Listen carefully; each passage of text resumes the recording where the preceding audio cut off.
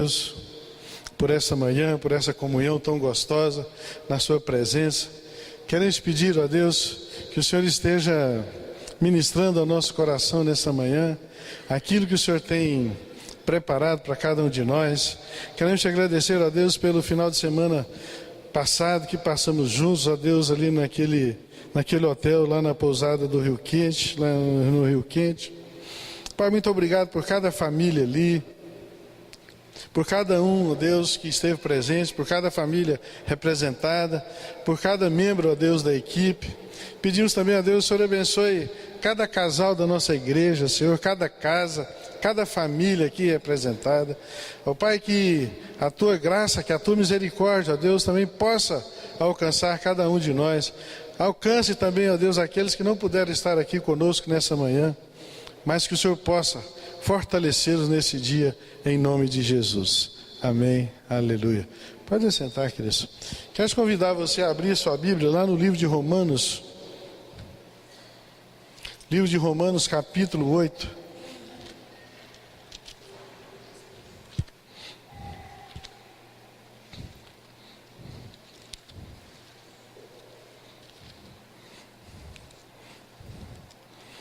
Romanos 8, a partir do versículo 31.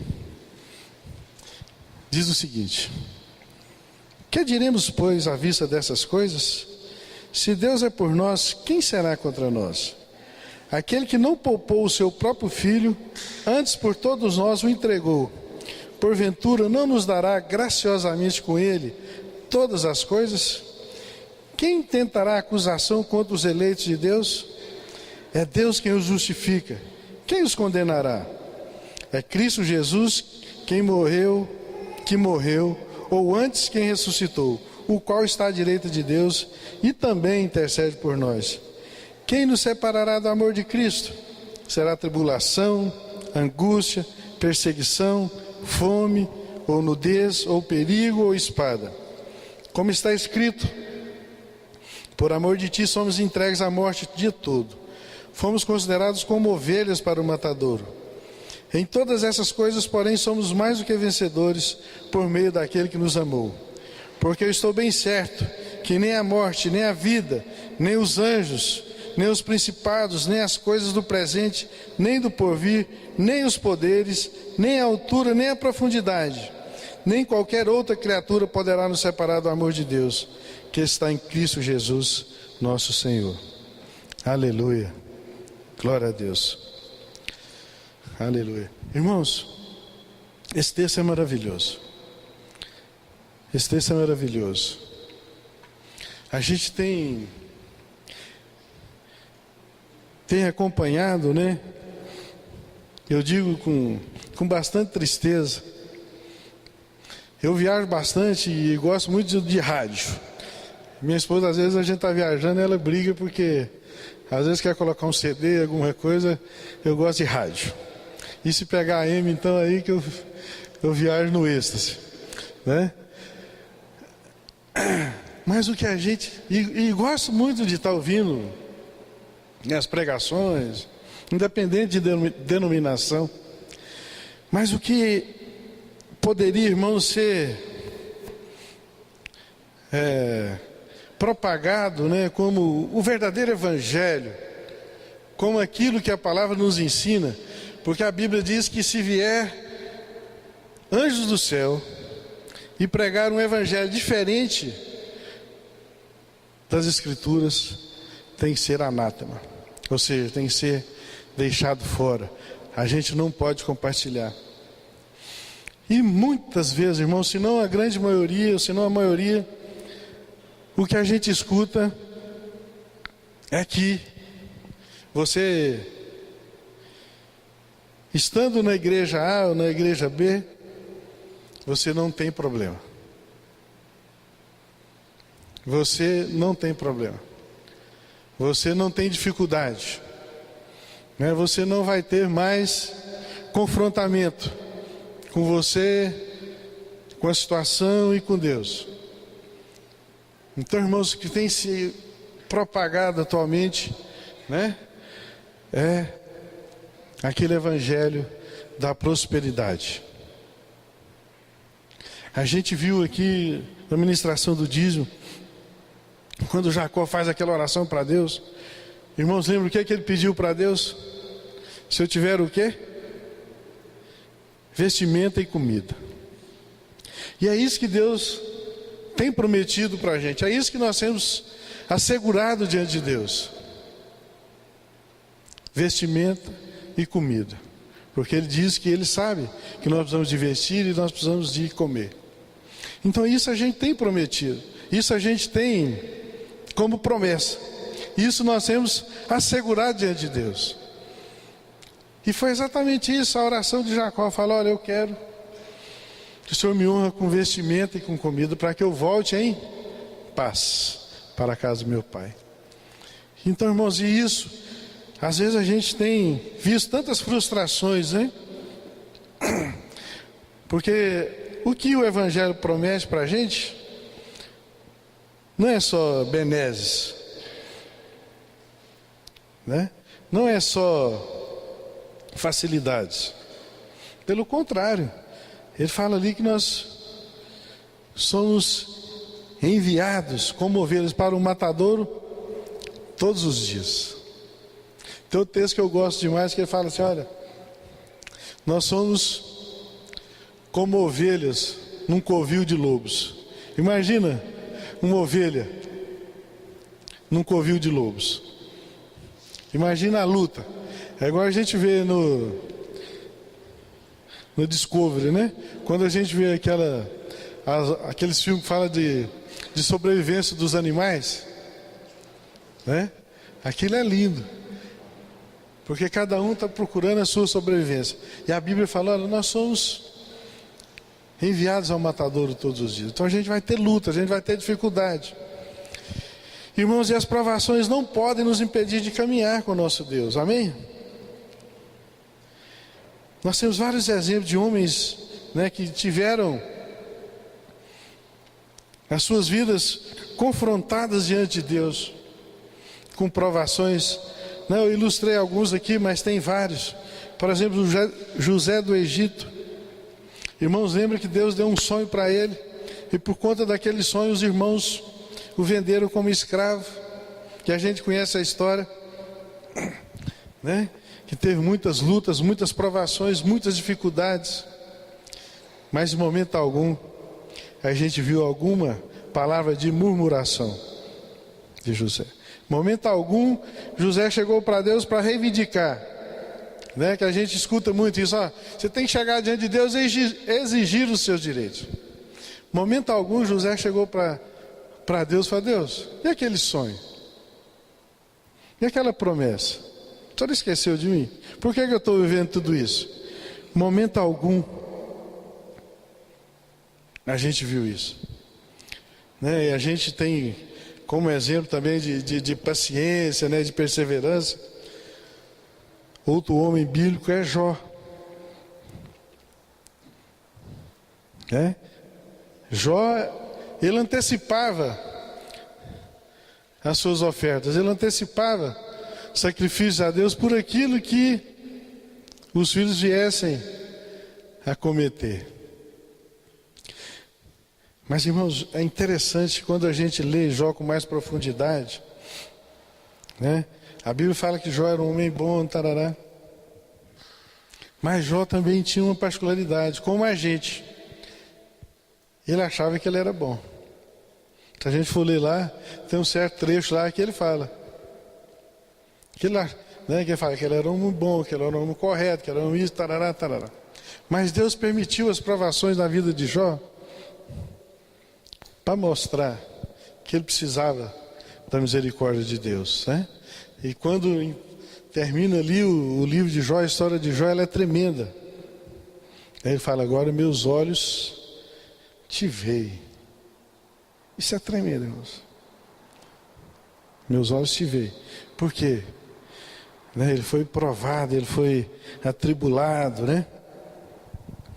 Ele foi confrontado naquilo que era a sua segurança, naquilo que era a sua capacidade, naquilo que eram seus bens, naquilo que eram as suas posses. O apóstolo Paulo também, outro exemplo, né, que foi perseguido, foi torturado, foi humilhado, foi açoitado. Né, em momento algum, Paulo murmurava. Paulo chegava diante de Deus para falar: Deus, é o Senhor que me deu uma visão, o Senhor mudou minha vida, mudou minha história, mudou meu nome. E por que agora eu estou passando por essa situação? Outro exemplo que eu coloquei, João Batista, né, que batizou Jesus Cristo. Imagine que privilégio, que honra. E o final de João, né, foi decapitado, foi preso, foi humilhado.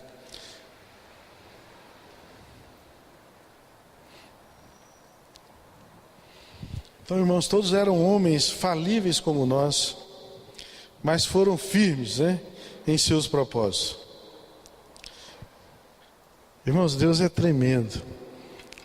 Deus, eu já compartilhei isso aqui quando, né, na palavra da abertura ali com o Ricardo, que ele leu aquele texto, que ele fala que Deus nos leva para o deserto. Eu falo: Ricardo viu minha pregação, a gente não combinou. Mas todos esses homens, irmãos, eles foram levados para o deserto. Todos foram levados para o deserto.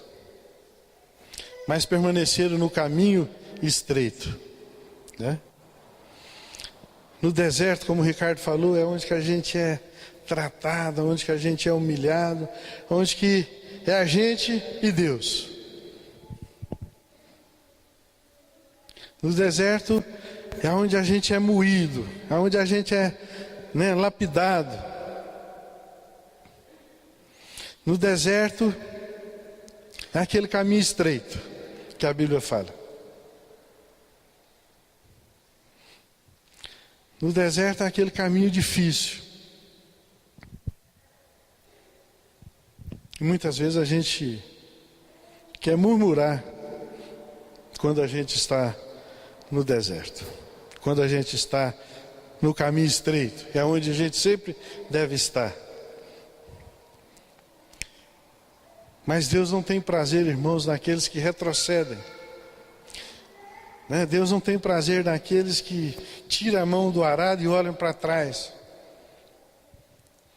Então nós não podemos retroceder como queriam fazer o povo de Israel. Sabe por que o povo de Israel, aqueles que saíram do Egito, eles não entraram na terra prometida? Por conta de quê? Da murmuração. Primeira situação adversa, eles queriam voltar, né? Quando eles viram que Deus os levaram por um caminho diferente daquilo que eles imaginavam, né? Porque o caminho mais perto era rodeando ali o mar, e Deus os leva para o deserto. Aí eles começam a murmurar, eles começam a se lamentar, eles começam a questionar a Deus. Se a gente for ver lá, uma das coisas bastante interessantes, banal, né? Eles começam a reclamar: lá a gente tinha sepultura, lá a gente tinha abóbora, lá a gente tinha cebola. Está lá, irmão, não é verdade? Primeira dificuldade, a gente tem essa tendência de murmurar, a gente tem essa tendência, né, de reclamar. Sendo, irmãos, que quando estamos no deserto, então é que nós somos provados, né? Nós somos moldados, refinados, depurados, mais do que o ouro e a prata. Quando no processo de depuração, né, da prata, do ouro, é muito fogo para queimar, para separar, né, aquilo que é bom daquilo que é ruim.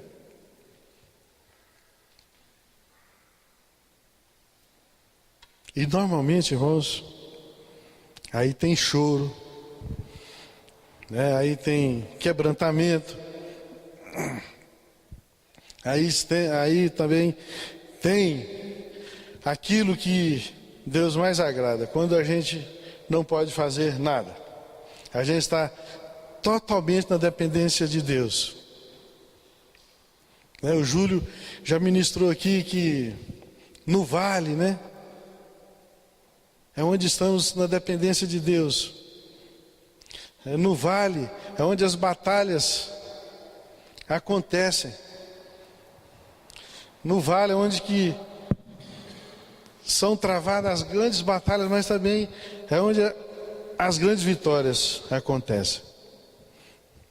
Quando nós estamos no monte, no alto, quando nós estamos no oásis, quando nós estamos no caminho largo, o que acontece com a gente? Relaxa. A gente abaixa a nossa guarda. Porque eu estou num lugar confortável. Eu estou num lugar que eu domino todas as situações. Quem teve já a oportunidade de visitar essas cidades aí costeiras, onde tem fortes, que nos arremetem lá no tempo das invasões, tarará. É tudo no topo, tudo lá no alto, Os castelos, se a gente teve a oportunidade de ver lá na Europa. As edificações é tudo no alto. Por quê? Você domina tudo. Dá a sensação de quê?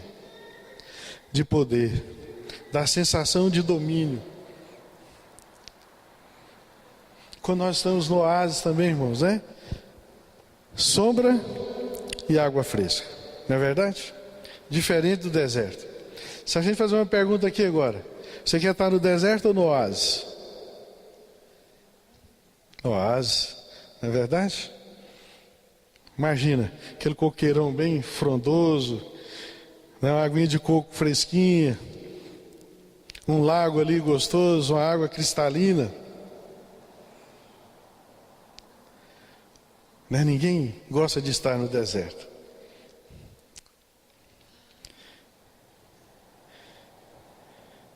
Então, irmão, nesses lugares, no oásis, nos montes, nos caminhos largos, é onde nós andamos pela nossa própria vontade.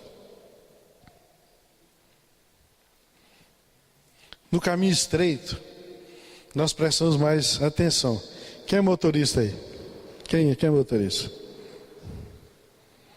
Quando a gente está no caminho estreito, o que a gente fica? Mais atento. Prestando atenção em tudo. Nas curvas, no acostamento. Você vai daqui para São Paulo, você pega a Anhanguera. O que a gente faz? Engata uma quinta, ou põe no automático. E música do Zeca Pagodinho. Deixa a vida me levar. Não é verdade? Porque a gente está relaxado. 4 pistas, tranquilo. As curvas são mais alongadas, Dificilmente você tem uma curva mais acentuada. Então, quando a gente está no caminho estreito, quando a gente está passando por provação, a gente está com mais atenção, nós temos mais cuidado, somos mais vigilantes. Por isso, irmãos, quando eu estava preparando esse texto, eu fui entender mais um pouquinho sobre caminho largo e caminho estreito.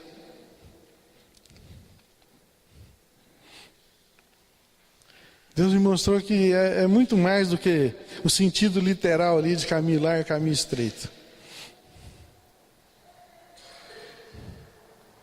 No caminho estreito é onde a gente está em constante atenção, sob tensão. Por isso que a Bíblia diz que a gente tem que estar atento, a gente tem que estar vigilante, a gente tem que vigiar. E a gente faz isso aonde? No deserto. A gente faz isso aonde? Nos vales. A gente faz isso aonde? No caminho estreito. Porque, irmãos, tem uma coisa que a gente gosta, tem uma coisa que agrada a cada um de nós, é a comodidade. Então, quando a gente está numa situação maravilhosamente bem, a gente baixa a guarda. Por isso que o salmista diz: olha, Senhor, eu não quero que o Senhor me dá nem muito e nem pouco. Eu quero que o Senhor não me dá muito para que eu venha te esquecer. venha esquecer dos seus benefícios, venha confiar na minha capacidade. Eu também, Senhor, não quero que o Senhor me dê pouco, para que eu venha murmurar, para que eu venha blasfemar contra o seu nome. Então, irmãos, nessas situações é que nós somos mais vigilantes. Nessas situações é que nós somos mais atentos. E no caminho largo, irmãos, como nós estamos nos montes, quando nós estamos no oásis, nós estamos à mercê das ciladas do diabo. Lembra o que aconteceu com Davi? Né, que Davi, é interessante a história de Davi, porque ele tem exemplo de todo jeito, né, Cício? Qualquer exemplo que você quiser, tem com Davi. Mesmo sempre que ele era escolhido de Deus, era um coração de Deus. Aí de repente Davi comete adultério, comete pecado.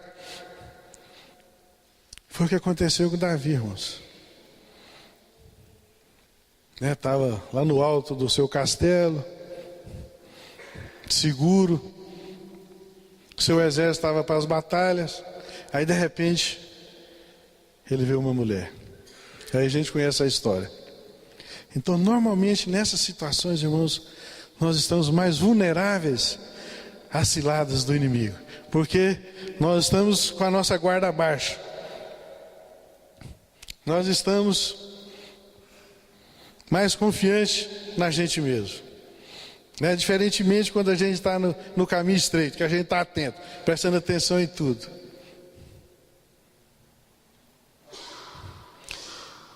Irmãos, e graças a Deus, a gente não anda, Nós não andamos pelo que nós sentimos, nós não andamos pelas circunstâncias.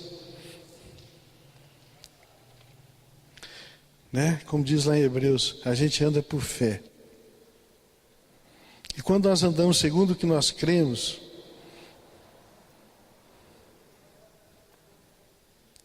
quando a gente anda segundo a dependência de Deus,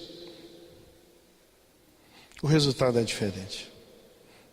Mas quando nós fazemos alguma coisa, quando nós andamos segundo a nossa capacidade, sempre nós precisamos tratar das consequências. Que aí vem a depressão, vem a ansiedade. Porque não era aquilo que eu queria, mas eu estava fazendo alguma coisa totalmente dependente de mim. E aí eu não consigo descansar em Deus. A Bíblia diz que em vão é a gente levantar de madrugada, batalhar, dormir tarde, comer o pão, que a gente com dificuldade a gente conseguiu. Porque aos seus Deus dá enquanto dorme. Amém? Então, irmãos, é isso que nós precisamos. Confiar em Deus, acreditar em Deus. Ter a nossa confiança, depositada nele. Porque aí eu tenho certeza que a sua vontade será estabelecida. Então, quando dependemos totalmente de nós, nós não conseguimos descansar, nós não conseguimos dar graças a Deus. Nós não conseguimos dar graça por aquilo que eu não espero em Deus. Quando eu espero em Deus, eu consigo dar graça. Tem um texto bastante conhecido, irmãos, que é lá de Abacuque 3,17.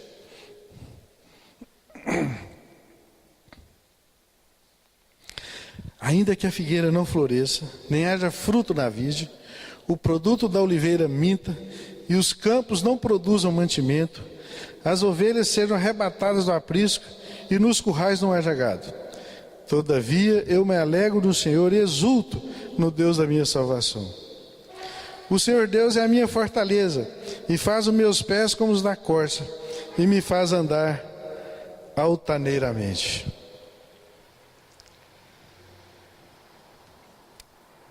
Isso é fé,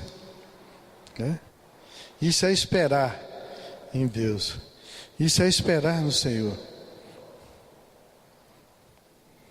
Isso é ter confiança que Deus está no controle de todas as coisas.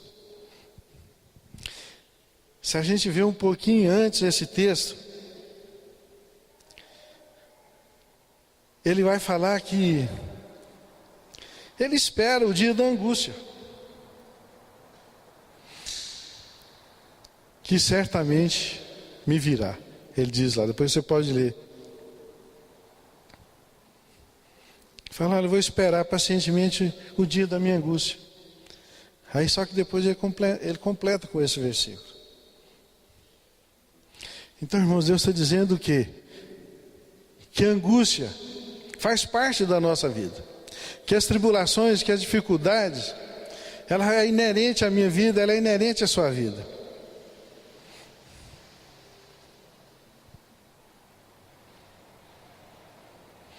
Lembre lá daquele versículo, daquele texto que fala que o reino de Deus é semelhante àqueles dois construtores. Um construiu na areia e outro construiu na rocha. E veio a tempestade, bateu sobre aquelas casas. E a diferença foi que aquela que foi construída na areia, ela desabou. E a que foi construída na rocha, ela resistiu. Então, irmãos, quando fala que a gente não vai ter dificuldade, que a gente não vai ter luta, que a gente não vai ter problema, é mentira, é balela. Nós teremos dificuldades, nós teremos lutas. Mas nós temos que dar ação de graça em todas as coisas. Então eu vou esperar pacientemente no dia da angústia, que me virá. Mas nada pode nos separar do amor de Deus. Por maior que seja a sua luta, por maior que seja o seu problema, por maior que seja a sua dificuldade. A gente sempre acha que o problema da gente é maior do que o dos outros, não é verdade? Não é isso? A gente sempre acha que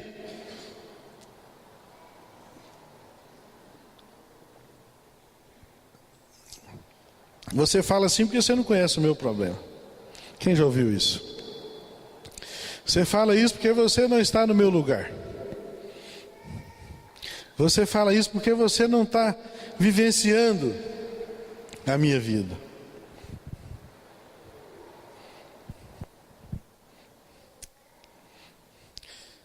E nós temos confiado, irmãos. Nós temos esperado confiantemente nesse Deus que pode todas as coisas. Ou mais, nós temos conseguido dar graças a Deus nas adversidades. Temos dado graças a Deus como estamos no vale, quando estamos no deserto. Se a gente vê lá o Salmo 23, ele fala sobre o vale da sombra da morte. É um salmo bacana, bonito. Mas lá ele vai falar também que a gente vai estar no vale. Mas o Senhor está comigo. Eu não temerei mal nenhum. Devemos dar graças em todas as situações, em todas as circunstâncias. Lá no Salmo 69, 29 e 30, o salmista diz que, mesmo triste, mesmo aflito, ele pede que Deus ensine a dar graça. Ele quer dar graça. Então, irmãos, mesmo triste, mesmo aflito, então nós poderemos, em algumas situações, ficarmos tristes, ficarmos aflitos. Faz parte do nosso dia a dia, nós como seres humanos. Então o texto fala, porque está abatida, porque você está aflita, ó minha alma. Então, irmãos, tem situações que nós teremos aflições, A Bíblia diz que no mundo tereis aflições, mas tem de bom ânimo, eu venci o mundo. Então fala, que crente que eu sei que está aflito, está triste, está abatido? A gente pode ficar, mas sem murmurar, amém? Sem lamentar, dando graça. Né? Porque a gente tem a promessa, irmãos, que Ele está por perto, sempre. Né? Jesus Cristo diz que eis que estou convosco até a consumação dos séculos. Né? Ele não vai nos abandonar, não vai nos deixar só. Ele nos enviou o Espírito Santo para estar conosco, estar nos consolando, né? Esse texto eu quero ler, irmãos, está lá em Isaías 40, 29. Isaías 40, 29.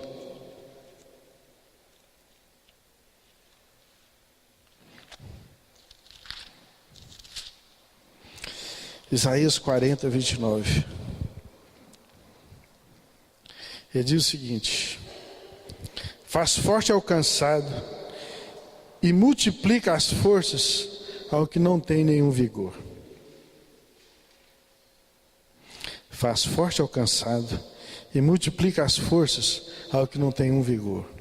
Amém, irmãos? Você está sem força, você está cansado, você está abatido.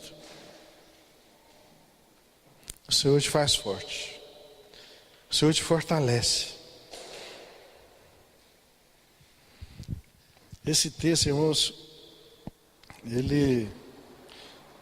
eu usei muito para falar com a minha irmã quando ela estava submetendo um tratamento de câncer de mama, né? Eu já compartilhei com vocês que ela teve muito mal, muito mal, muito mal. E até vezes que a gente saiu de Goiânia, eu falei com a Neide, bem, acho que a gente não vai ver a minha irmã mais. Tão mal, tão fraca, tão abatida que ela estava. Eu sempre ministrava esse versículo na vida dela. Sempre ministrava. Porque estava tão fraca, tão frágil. Tão debilitada pelo tratamento. Mas o Senhor é que faz forte. Ele fortalece aquele que não tem nenhuma força.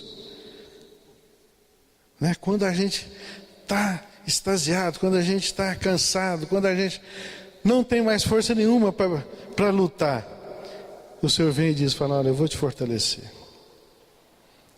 Eu te fortaleço, né? Eu vou revigorar as suas forças.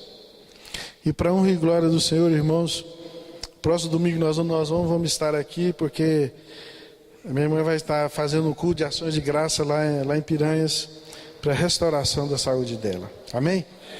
Né? E ela nos convidou para a gente estar lá ministrando uma palavra de gratidão ao nosso Deus. Né? De gratidão. Esse é o nosso Deus, irmãos, que muda diagnóstico, que muda prognósticos, né? Segundo a sua vontade. Mas se Deus não tivesse restaurado, a gente também teria que estar dando ação de graça. Amém? Quando Deus faz alguma coisa, quando Ele responde, irmãos, a minha oração contrária àquilo que é meu pedido, a gente tem dificuldade de dar graças a Deus, não é verdade?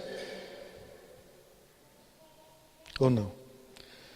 Quando Deus faz alguma coisa contrária àquilo que é a minha vontade, a gente tem dificuldade de agradecer, né? A gente tem dificuldade. Eu lembro que a minha mãe faleceu sadia, saudável.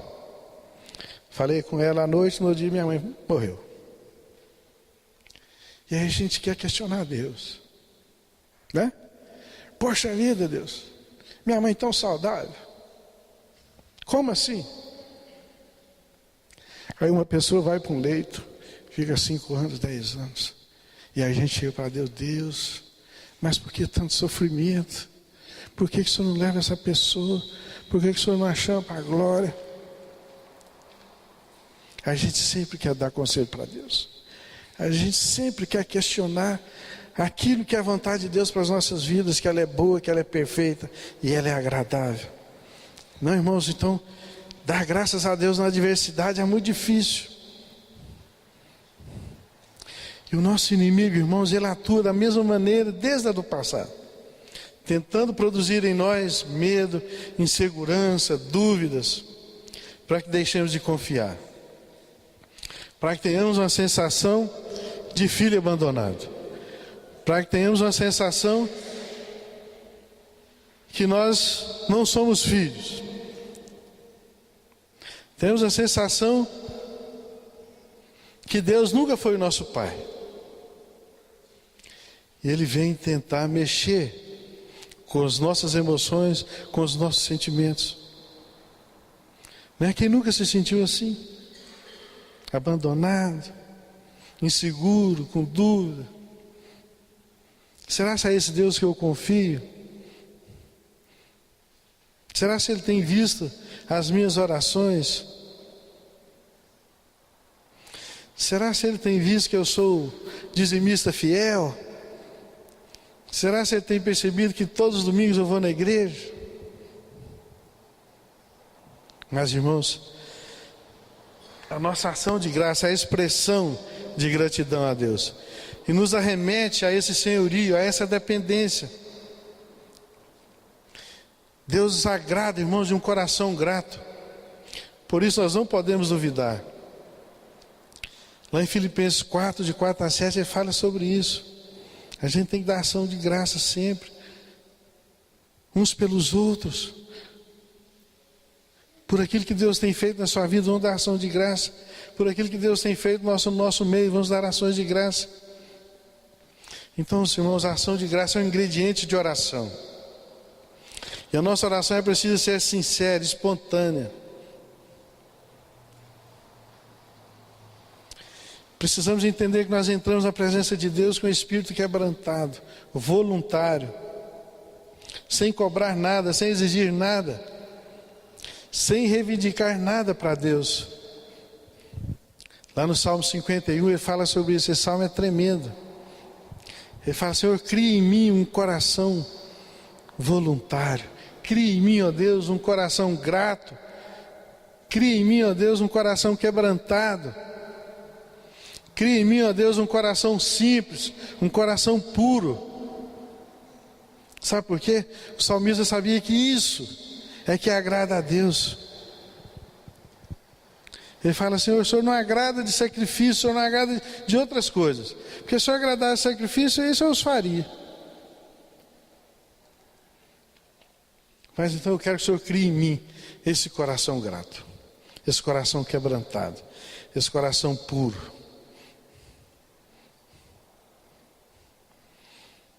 Então nós temos que perseverar na nossa oração. E com ações de graça, está lá em Colossenses 4. Quando temos situações adversas superadas, problemas vencidos, lutas vencidas, aí, como eu disse, é fácil a gente dar ação de graça. Mas é nas adversidades também, irmãos. Nas adversidades. E às vezes nós esquecemos disso.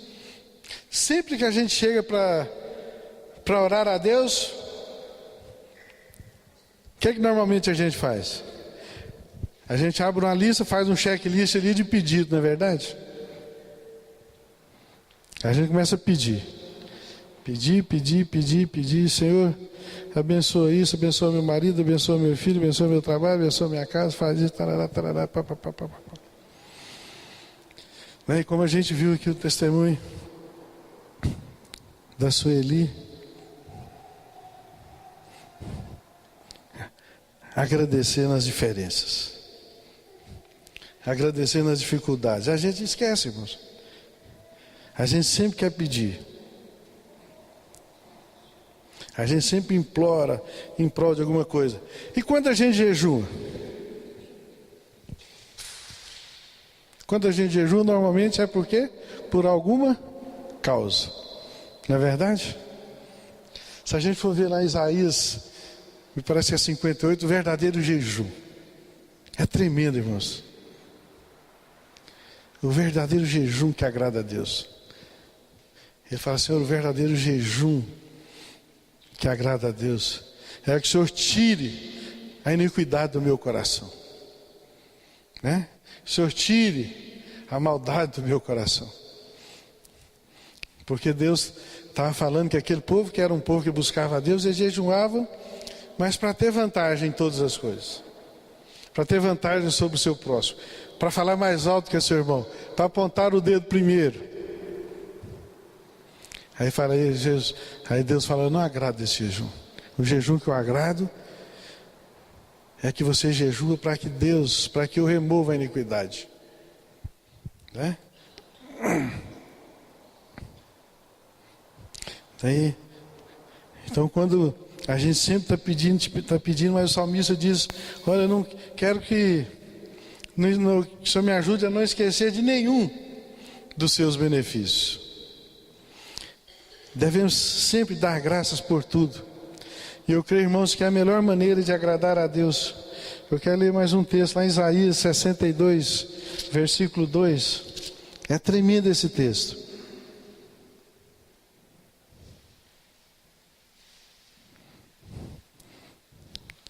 Isaías 62. Deixa eu ver, não é aqui, deixa eu ver se é 62.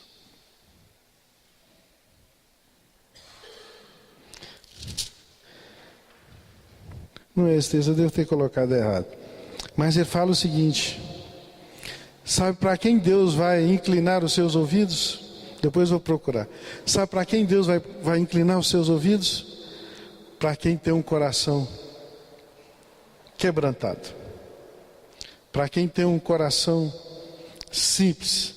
Para quem tem um coração que não busca os interesses próprios. É para esse que Deus vai inclinar os seus ouvidos. É para esse que Deus vai estar dando resposta às suas orações. Então, irmãos, nós podemos ter momentos de grande fraqueza e grande insegurança, mas sempre estaremos dando graças pela vida que Ele nos concedeu, pelo privilégio de sermos seus filhos. Lembra quando chega para Paulo e fala assim: olha, Paulo, esse problema que você tem, você vai continuar com ele. Não vou resolver esse problema de saúde, porque a minha graça te basta. A gente consegue, irmãos, perceber isso? A gente consegue entender que Deus tem o melhor para a gente, e quando a gente está numa situação que Ele não, aos olhos nossos, Ele não resolve, é porque Ele entende que a graça dEle é suficiente para você e para mim. Irmãos, e não importa qual a situação, que nós estamos hoje. Não importa se o seu problema é financeiro ou não, se você tem dinheiro ou não, se você está sadio ou você está doente. O que importa é que todos nós precisamos do mesmo ingrediente para acessar o coração do Pai. Um coração simples, quebrantado. Um coração agradecido. Um coração grato e cheio de ações de graça. Amém? Lá em Romanos 8, 37, fala: nada pode nos separar do amor de Deus. Nada pode, todas as coisas cooperam para o bem. Vamos terminar com esse versículo, Romanos 8, 37.